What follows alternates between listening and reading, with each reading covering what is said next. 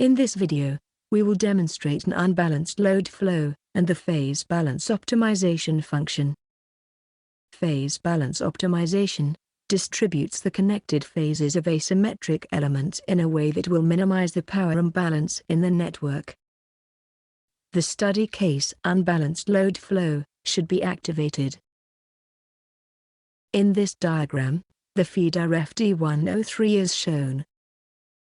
If we open the transformer dialog and go to the grounding neutral conductor tab, we can see that a neutral connection has been set. Let us look at the type data of one of the lines. Note that all the lines in this feeder are modeled with a neutral conductor. Looking at the parameters per length, we can see that the phases and neutral conductor have the same cross-section. The feeder, FD103, consists of 4 main branches.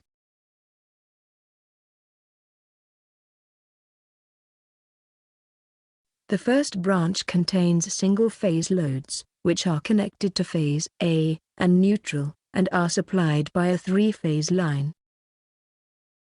If the cubicle of the load is edited, it is possible to choose the phase of the terminal it is connected to.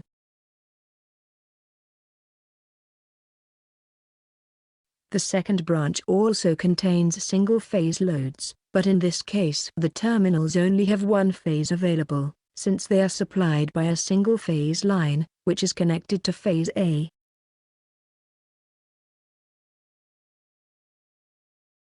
In the third branch, the single-phase loads are connected between phases A and B.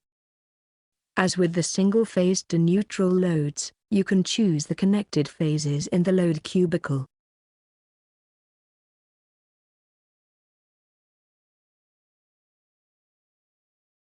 Finally, in the fourth branch, the loads are 3-phase loads, but the power is unbalanced. This icon can be used to open the load flow command. AC load flow, unbalanced, is selected, and the load flow executed.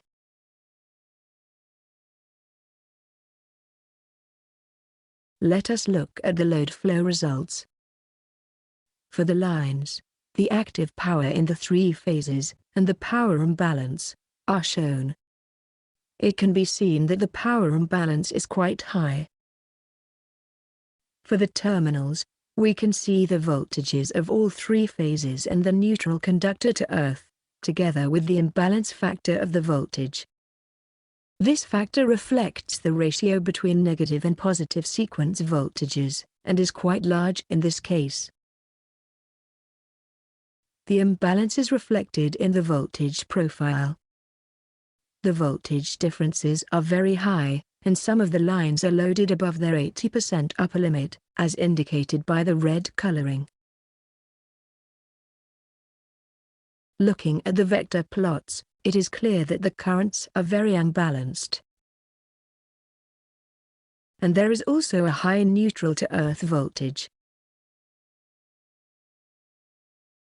This can be addressed using the phase balance optimization tool, which is found in the distribution network optimization toolbox. We ensure that feeder FD103 is selected, and the required objective function. The genetic algorithm method is selected, from the methods available for the optimization. We will save the changed configuration in a new variation, which allows you to switch between the old and new states, for comparison.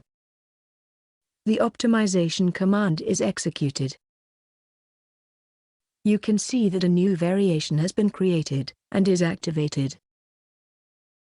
Let us run another load flow. We can see that the results show an improvement. The imbalance factors of both the voltage and power have been reduced.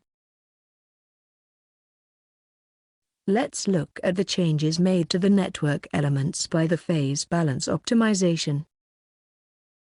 In the first branch, the single-phase loads have been distributed between the phases. In the second branch, all the single-phase loads are connected to a single-phase line, so they couldn't be redistributed. However, the single-phase line has been reconnected from phase A to phase B.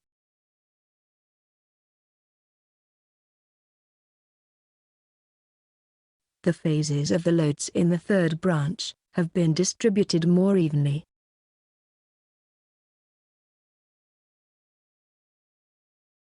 Finally, the phase distribution of some of the unbalanced three-phase loads in the fourth branch have been changed as well.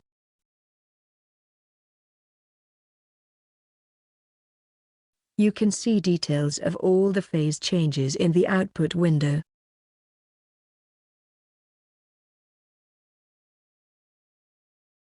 Now, the voltage profile shows balanced voltages and no lines are overloaded.